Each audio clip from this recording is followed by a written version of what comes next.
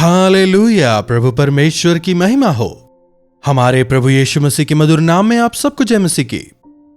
आज रविवार है, हमारे प्रभु यीशु मसीह के पुनरुत्थित होने वाला दिन।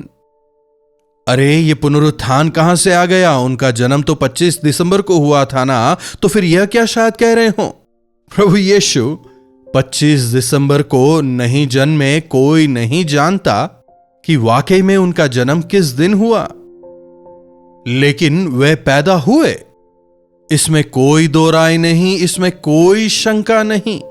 यह इतिहास है, इसे कोई नहीं बदल सकता। प्रभु यीशु मसीह के जन्म के बाद से 2025 साल हो रहे हैं। लगभग हर एक घर में इसका प्रमाण है। कैलेंडर 2-3 साल ऊपर नीचे हो सकते हैं।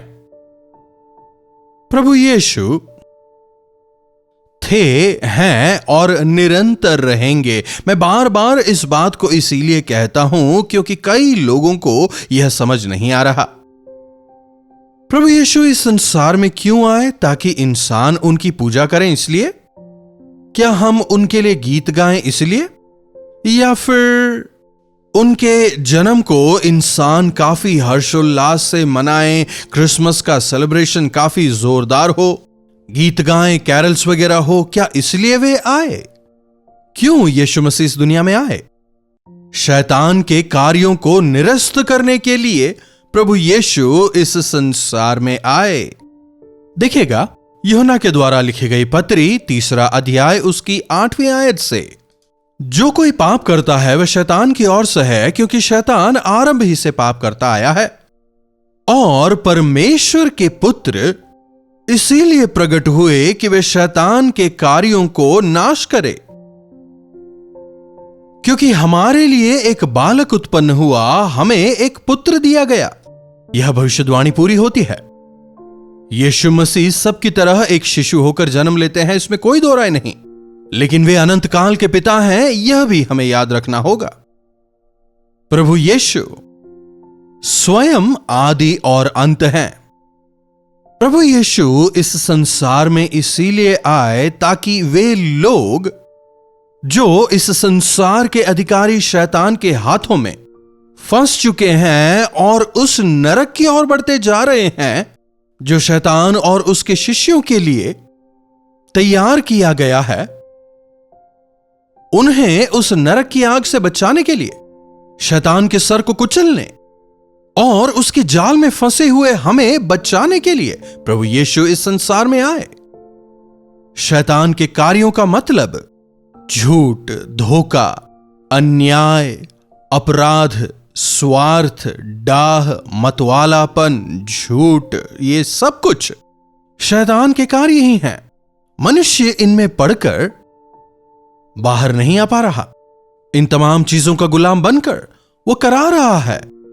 समस्याओं के जाल में, सवालों के जंजाल में अपने शांति समाधान को खोकर वो पूरी तरह से जकड़ गया है। अगर शैतान हार जाए तो हम जो कि उसके चंगुल में फंसे हैं छुटकारा पाएंगे। जब वो शक्तिहीन हो जाएगा तो हम उसका सामना दृढ़ता से करने पाएंगे। मनुष्यों की ओर से लड़ने के लिए यीशु मसीह इस संसार में आते हैं, जन्म लेते हैं। पापियों को ढूंढकर उनका उद्धार करने ही प्रभु यीशु इस संसार में आए। आज हर एक पाप के बंधनों में पड़े इंसानों को बचाने के लिए, नरक में जाने वाले मनुष्यों को नरक से बचाकर अनंत जीवन का वारिस बनाने के लिए प्रभु यीशु मसीह संसार में आए। शैतान के कार्यों को निरस्त करने के लिए, उन्हें नाश करने के लिए झूठ, धोखा, रिश्वतखोरी, अन्याय, हत्याएं, क्रूरता, क्या संसार भर से हमें इसी प्रकार के समाचार नहीं मिलते? शैतान ने मनुष्यों को अपने चंगुल में कर लिया है। उसने जाल डालकर मनुष्यों को पकड़ लिया है और चंगुल में आए लोगों को देखकर वो आनंदित होता है। हर एक किसी न किसी समस्या में पड़ा हुआ है, अपने शांति समाधान को खोकर आंसुओं में जीवन बिता रहा है। एक जमाने में लोग बिलख बिलख कर रोते थे, लेकिन आजकल लोग अपने दर्द को इस प्रकार बयान नहीं करते, दिल के अंदर ही रख लेते हैं और डिप्रेशन में चले जाते हैं। अनेक आज निराशा में जी रहे हैं। ऐसी स्थिति से बचाने के लिए हमें जिस कार्य के लिए प्रभु ने सृजा था, उसके लिए हम जीने पाए, इसके लिए प्रभु यीशु इस संसार में आते हैं। शैतान के कार्यों को नाश करने के लिए, उसके कार्यों को इनएक्टिव करने के लिए, मृत्यु पर जिसका अधिकार था उसे मृत्यु के जरिए ही हराने के लिए प्रभु यीशु इस संसार में आते हैं। प्रभु यीशु मृत्यु पर जयवंत हुए, वे मृत्युंजय हैं। प्रभु कहते हैं, मैं मरूंगा तो सही, लेकिन देखो जीवित रहूंगा। अधोलोक की कुंजियां मेरे हाथ में हैं, प्रभु कहते हैं। शैतान इंसानों को भरमाकर अधोलोक में फेंक रहा है, लेकिन यीशु मसीह ने शैतान को हरा दिया और उस चाबी को अपने अधिकार में कर लिया है। और आज जो कोई यीशु मसीह पर विश्वास करता है, उन्हें एक जयवंत जीवन देने के लिए, पवित्र जीवन देने के लिए, उन पर विश्वास करने वालों को स्वर्ग का वारिस बनाने के लिए प्रभु यीशु मसीह ने क्रूस का बलिदान दिया। रविवार को जब प्रभु के तमाम संतान मिलकर प्रभु की स्तुति आराधना करते हैं और जब पवित्र आत्मा के कार्य वहां पर होते हैं, शैतान उससे घबराता है। शैतान हारा हुआ शत्रु है, उससे घबराने की जरूरत नहीं।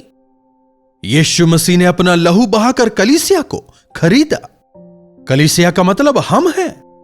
मसीह यीशु चाहते हैं कि मनुष्य जाति उद्धार पाए, पवित्रता में जीवन बिताए और एकजुट होकर कलीसिया में रहे, इसलिए उन्होंने अपना लहू बहाया। हां, हम आराधनालय जा रहे हैं, चर्च जा रहे हैं, कहते हैं चर्च जो है कोई बिल्डिंग नहीं है, हम ही हैं। हम ही उनके आराधनालय हैं, हम ही उनके निवास स्थान हैं।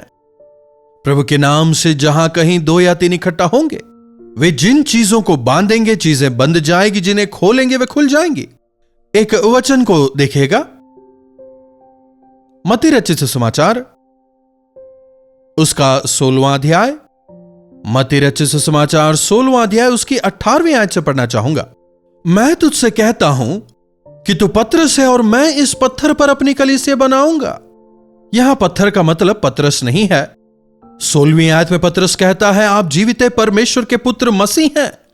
यह जो कन्फेशन है ना, इस कन्फेशन के ऊपर, इस स्वीकृति के ऊपर, आप जीवित परमेश्वर के पुत्र हैं, इस भाग पर या इस सत्य पर मैं अपनी कलीसिया खड़ी करूंगा या बनाऊंगा।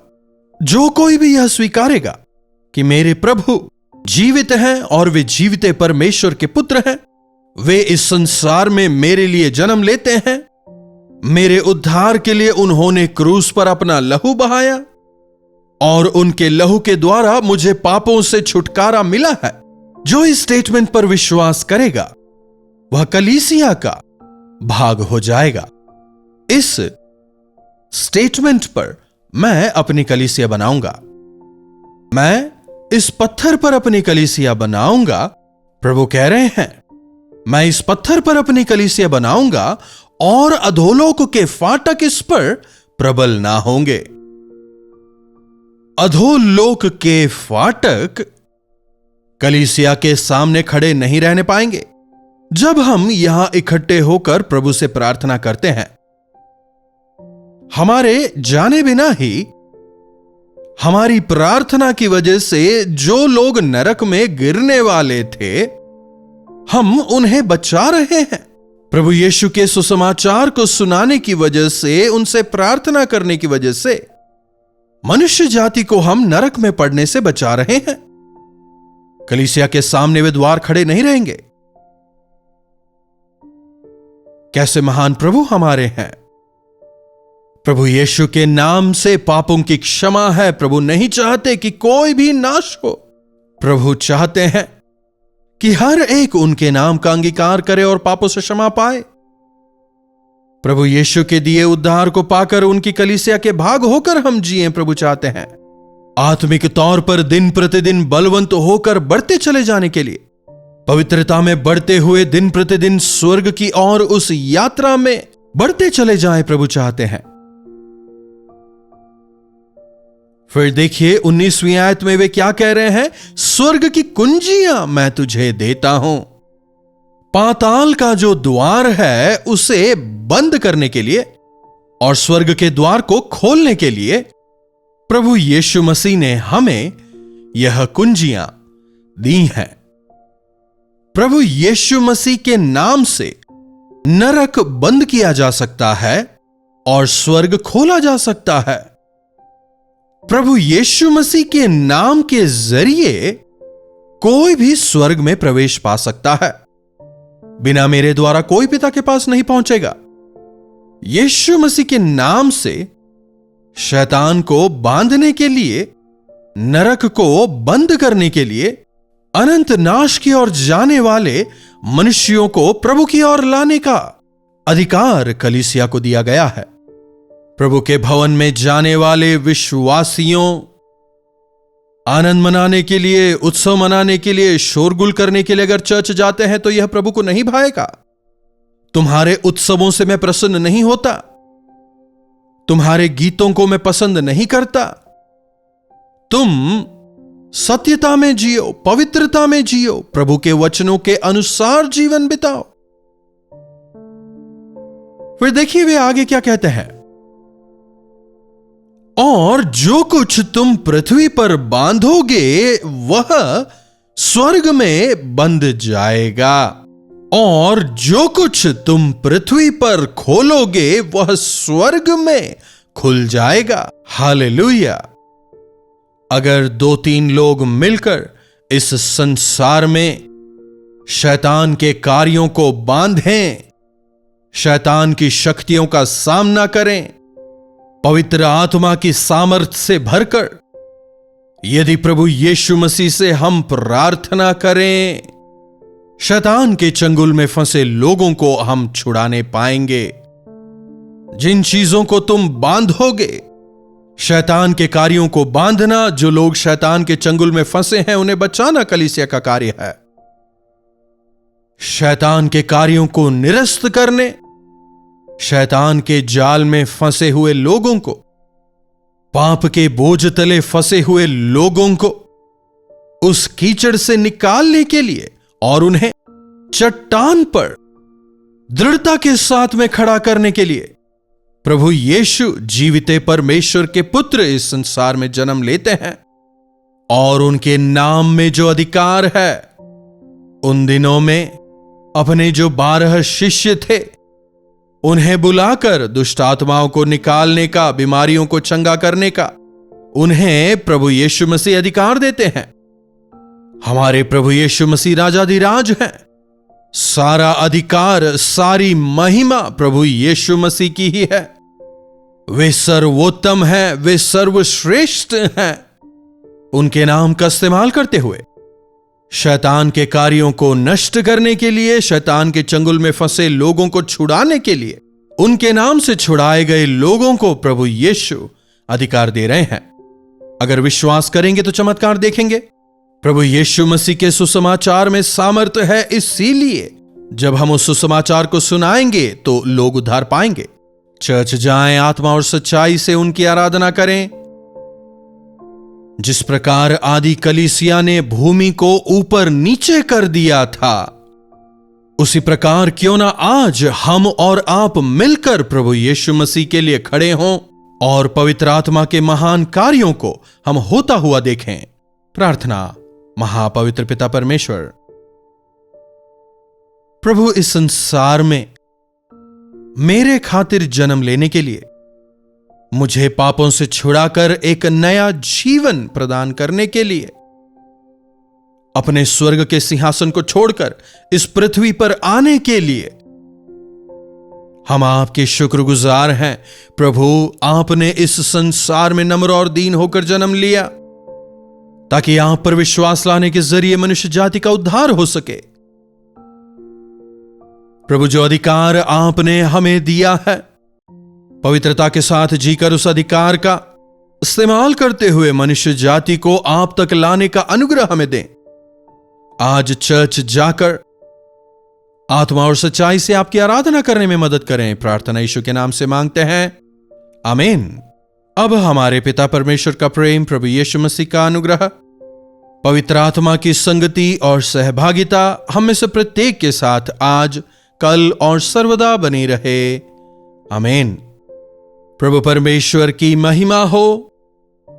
अपने प्रार्थना विषयों को आप हमें 9884907779 पर व्हाट्सएप, वॉइस मैसेज या फिर टेक्स्ट के जरिए भेज सकते हैं। हम अवश्य आपसे सुनना चाहेंगे, आपके लिए प्रार्थना करेंगे और प्रभु जरूर आपके जीवनों में चमत्कार करेंगे। अगर इन कार्यक्रमों के जरिए आपने आशीष पाई है और अगर पवित्र आत्मा आपको प्रेरित करते हैं कि आप इस सेवकाई में भाग लें, आप हमें व्हाट्सएप करें, हमारी टीम आपसे संपर्क करेगी और तमाम आवश्यक जानकारियां आपको प्रदान की जाएंगी और हम मिलकर प्रभु के इस सुसमाचार के कार्य में लगातार आगे बढ़ेंगे। इन्हीं वचनों के साथ आज मैं आपसे विदा लेना चाहूंगा। दोबारा मिलने तक प्रभु का अनुग्रह हम सबों पर बना रहे। कल्वरी दर्शन, ये है प्रेम के दर्शन, यीशु प्रेम के दर्शन। कल्वरी दर्शन, ये है प्रेम